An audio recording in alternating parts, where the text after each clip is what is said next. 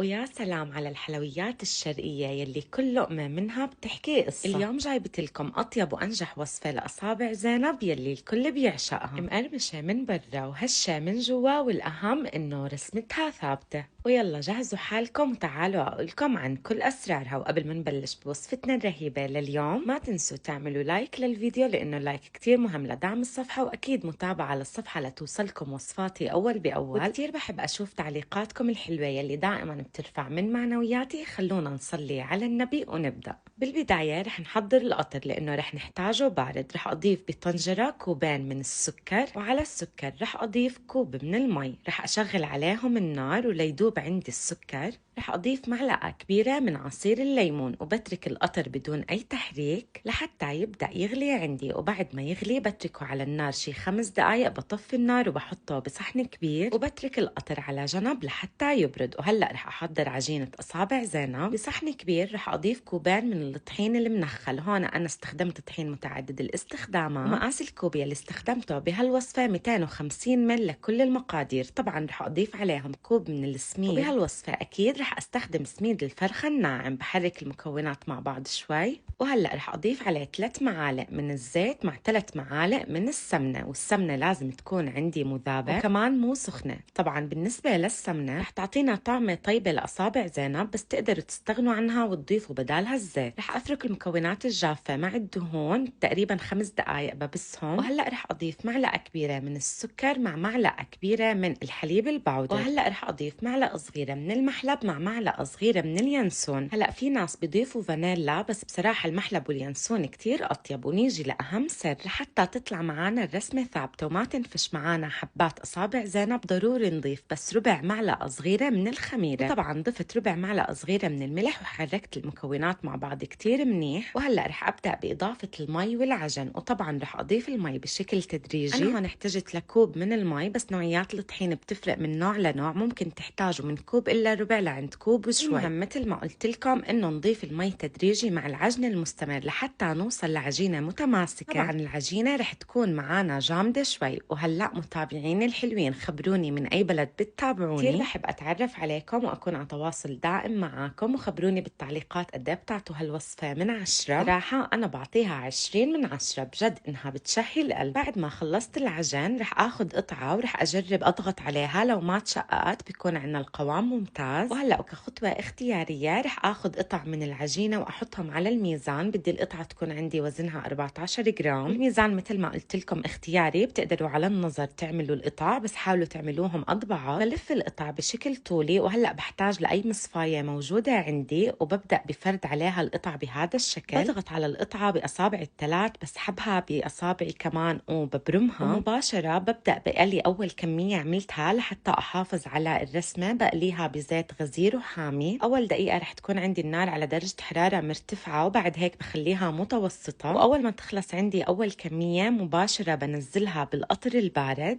وبخليهم كم دقيقة بالقطر، وبعد هيك بقدمهم. كتير مهم نكون سريعين ونغطي العجينة لحتى ما تنشف معنا وإحنا بنشكلها. وبنفس الوقت كتير مهم أول كمية بنعملها مباشرة نقليها ونرجع نعمل الكمية الثانية. كل اللي عليكم لحتى تاكلوا أطيب وأشهى وأنجح أصابع زينب تلتزموا بالمكونات والمقادير وطريقة العمل، وبوعدكم رح تدعولي على هاي الوصفة. بتمنى تكون عجبتكم. صحتين وعافية على قلبكم يا رب مقدما.